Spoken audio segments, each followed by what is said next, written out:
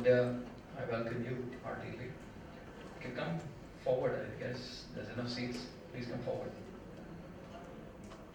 So you'll be able to hear better.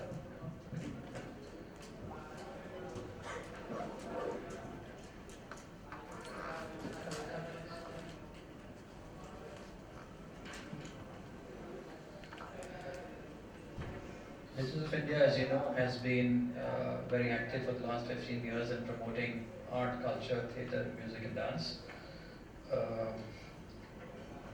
Tonight we will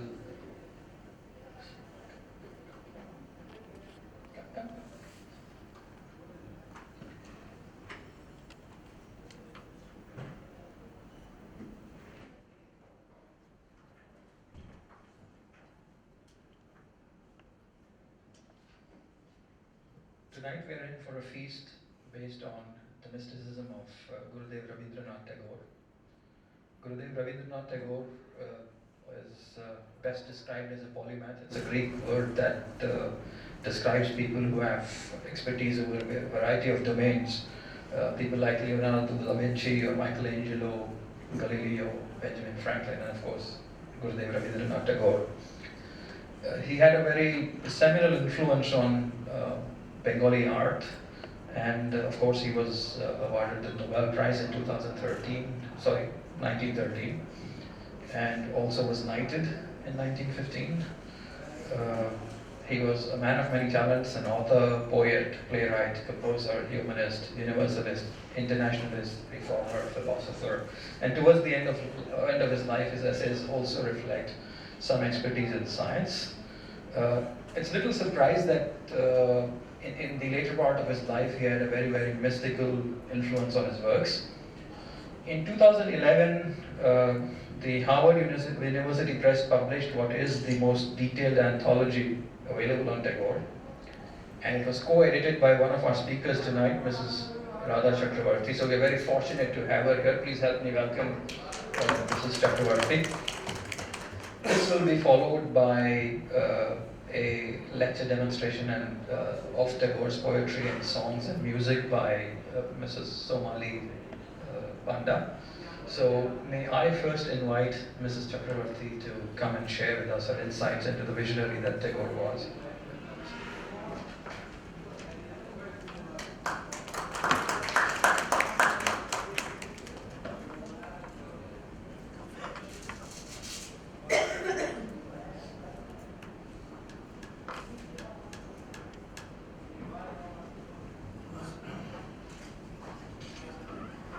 Good evening.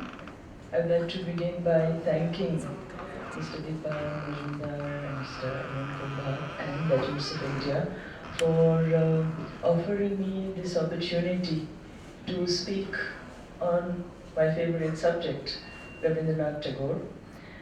And I know that a feast of music awaits us, so I will keep my presentation short, but in line with the theme of this evening's program. I will speak about visionary Tagore, and I will speak about his mysticism in relation to his philosophy, in relation to his writings, but especially I will draw examples from Gitanjali, because this is now 100 years since the publication of the English Gitanjali and the award of the Nobel Prize to Tagore, and it continues. It's a poem that continues to haunt our imagination, and I feel it's very important to revisit it and think about it in our present-day context. I'd like to begin by reading some bits from a translation of a well-known Tagore song, Akash Bhara Shujya Tara. Stars fill the sky, the world teems with life, and amidst it all, I find my place. I wonder, and so I sing. I feel in my veins the ebb and flow of Earth's eternal tides, pulling this creation. I wonder, and so I sing. I have seen, I have heard, I have poured my being upon the breast of earth. Within the known I have found the unknown. I marvel, and so I sing. In this translation of the Bengali song Akash Bhara Shuddhatara, Rabindranath Tagore affirms his awareness of the universe and his place within it. In awe and wonder, he senses within himself and in the world around him the presence of the life spirit of the universe. All of Tagore's writings express this extraordinary vision of the connectedness of things, the fundamental principle of unity that underlies the diversity and plenitude of creation. Tagore's mysticism is evoked by a profound sense of the soul's desire for union with the eternal. But this abstract faith does not preclude an active involvement with the concrete and the particular. For Tagore's vision is built upon a paradox.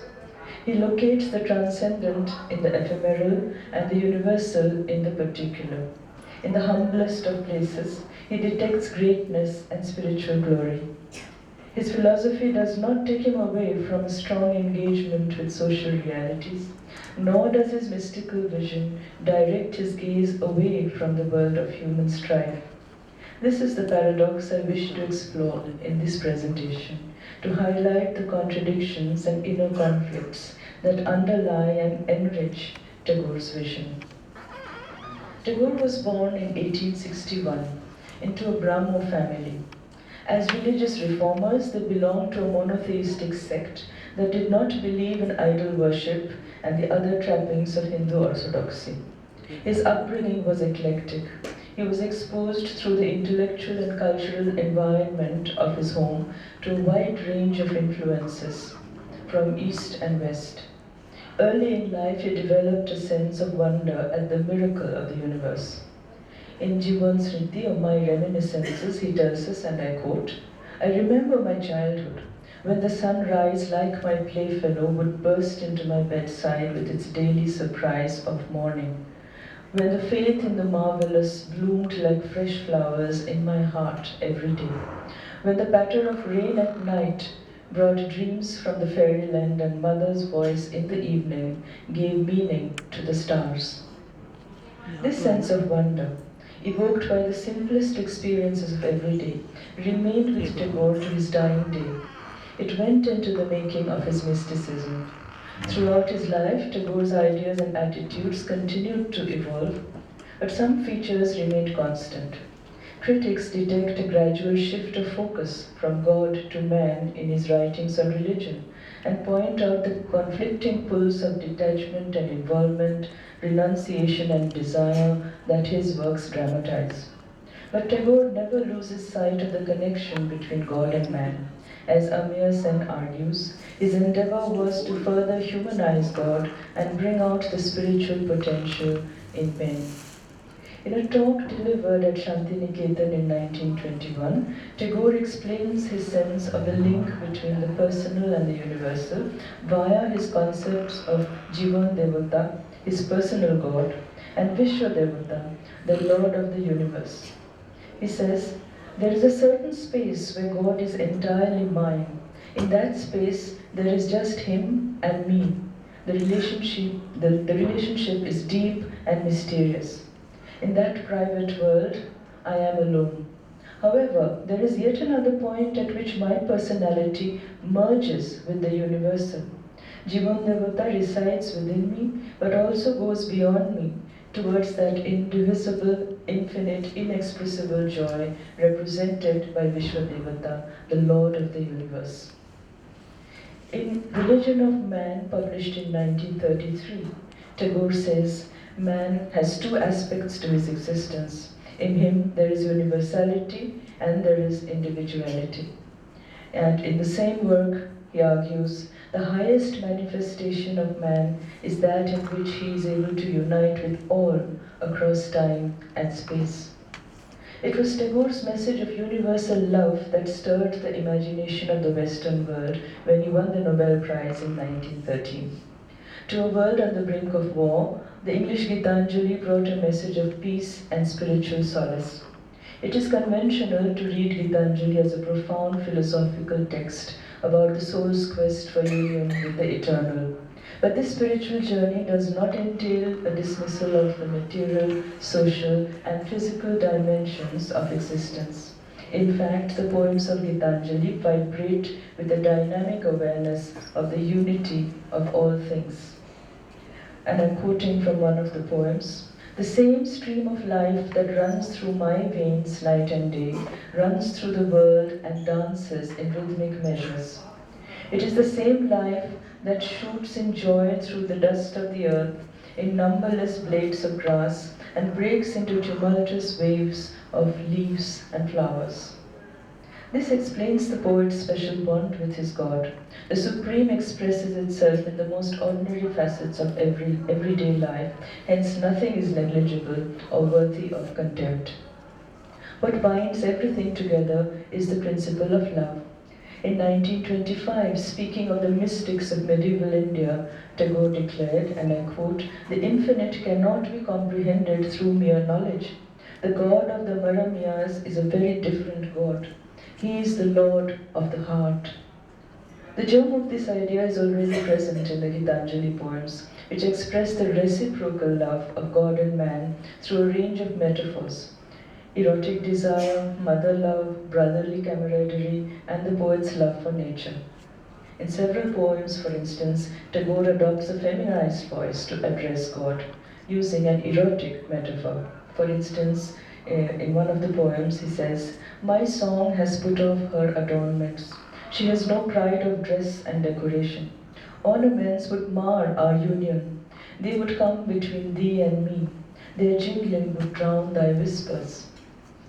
All these metaphors signify the ultimate form of love, God's love for all of creation and the soul's yearning for union with the divine. In Tagore's scheme of things, therefore, the world rediscovered through the vision of the mystic is not an illusion. Gitanjali is at one level a celebration of the beauty of creation, the seasons, earth and sky, the flora and fauna of the land. At the center of this universe is man, beloved of God. The poems of Gitanjali also affirm the mutuality of the love that binds man to God. What hampers this love is the ego and the desire for material assets like wealth and power. In one of the poems, he says, "The child who is decked with prince's robes and who has jeweled chains round his neck loses all pleasure in his play.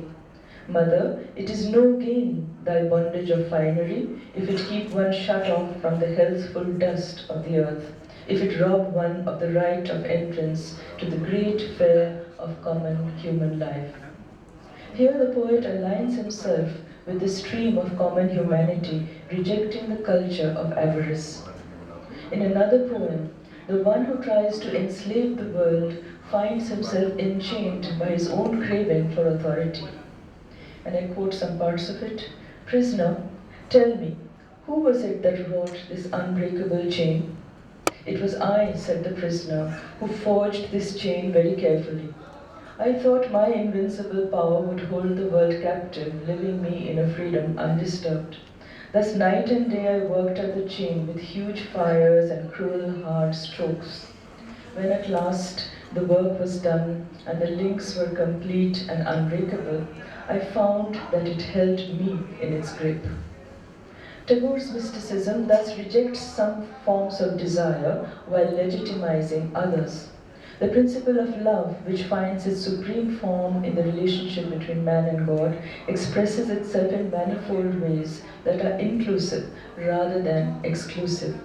The senses have a role in it, as much as the spirit and the intellect. And I quote, "Deliverance is not for me in renunciation. I feel the embrace of freedom in 1,000 bonds of delight. No, I will never shut the doors of my senses. The delights of sight and hearing and touch will bear thy delight." Within the concrete, the poet detects the presence of the abstract. I dive down into the depth of the ocean of forms, hoping to gain the perfect pearl of the formless.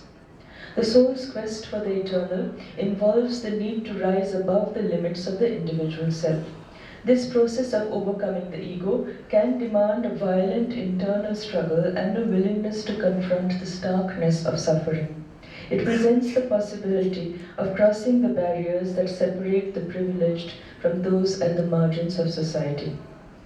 And I quote, "Here is thy footstool, and there rest thy feet, where live the poorest, the lowliest, and lost. Pride can never approach to where thou walkest in the clothes of the humble, among the poorest, the lowliest, and the lost." Rabindranath's God does not reside in temples, nor is his worship realized through hollow rituals. He is to be found among the humblest forms of existence. In this emphasis on a secular, tolerant approach, Tagore may be compared to Kabir, whose poems he had translated.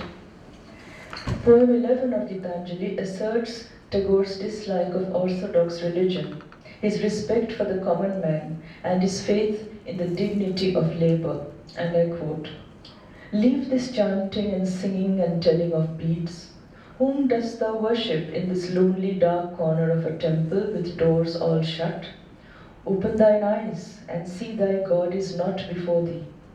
He is there where the tiller is tilling the hard ground and where the pathmaker is breaking stones. Come out of thy meditations and leave aside thy flowers and incense. Meet him and stand by him in toil and in sweat of thy brow." Rising above the selfish ego brings one closer to one's social others, an important step in the moral and spiritual journey. For in crossing the boundaries that divide man from man, the human spirit develops a sense of oneness with the universe and its maker. In the essay, "The World is Founded on Love," Tagore asserts, "it is through the coming together of our minds and hearts that truth is manifest." And in Gitanjali he says, "Thou hast made me known to friends whom I knew not. Thou hast given me seats in homes not my own. Thou hast brought the distant near and made a brother of the stranger. When one knows thee, then alien there is none. Then no door is shut. O grant me my prayer, that I may never lose the bliss of the touch of the one in the play of the many." Such is the essence of Tagore's mysticism. Through our connection with the world, we find our link with the divine. Today, we need to familiarize ourselves again with Tagore's vision for reasons that have as much to do with our contemporary world as with the genius of Tagore himself. Taken together, his writings continue to resonate with some of the most pressing concerns that haunt us today. They remind us, for instance, of the need to connect with our social and cultural others, and to think beyond the barriers that separate people from people. They also emphasize the importance of living in harmony with our environment, a lesson our threatened planet would do well to heed today. His works assert the significance of ethical and spiritual values instead of preoccupation with power and prosperity. They reject traditional religious practices to embrace a form of faith that is inclusive and based on tolerance. In an age that increasingly values narrow specialization, we should perhaps pause to consider the sheer breadth of vision inherent in Tagore's writings, for they demonstrate the underlying unity of all forms of knowledge in their combination of science, art, religion, philosophy, education, literature, politics, economics, history, and music. Tagore's vision of a world connected by the principles of love and truth did not materialize in his lifetime. In his dying days, in crisis in civilization, he would lament the state of a world torn asunder by violence and aggression. The unfinished journey is a constant metaphor in Gitanjali. The time that my journey takes is long, and the way of it long. The traveler has to knock at every alien door to come to his own, and one has to wander through all the outer worlds to reach the innermost shrine at the end. Rereading Tagore in the 21st century brings home to us the fact that the journey to a better world still continues in our day, for the transformation envisioned by Tagore still remains beyond our reach. Thank you.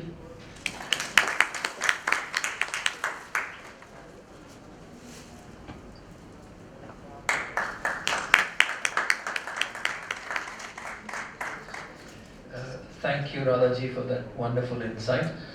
If there are any questions, Radhaji would be happy to take them.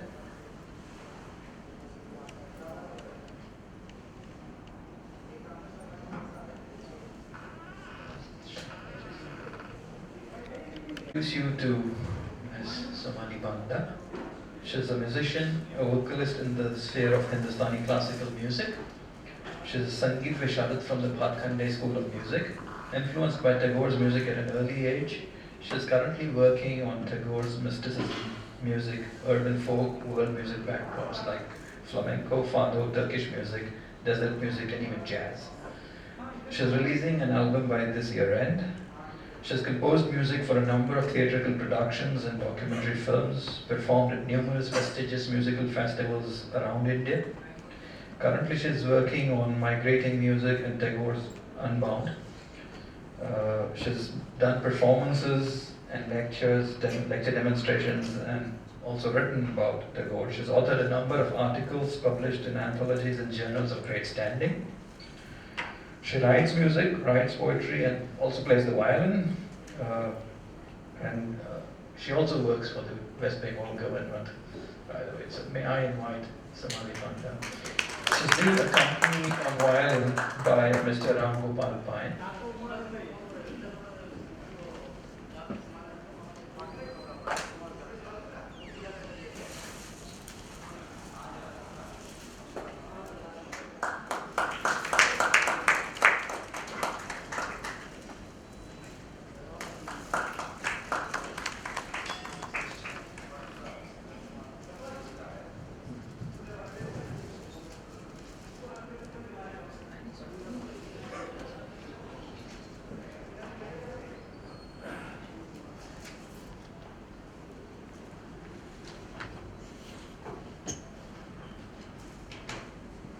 Good evening.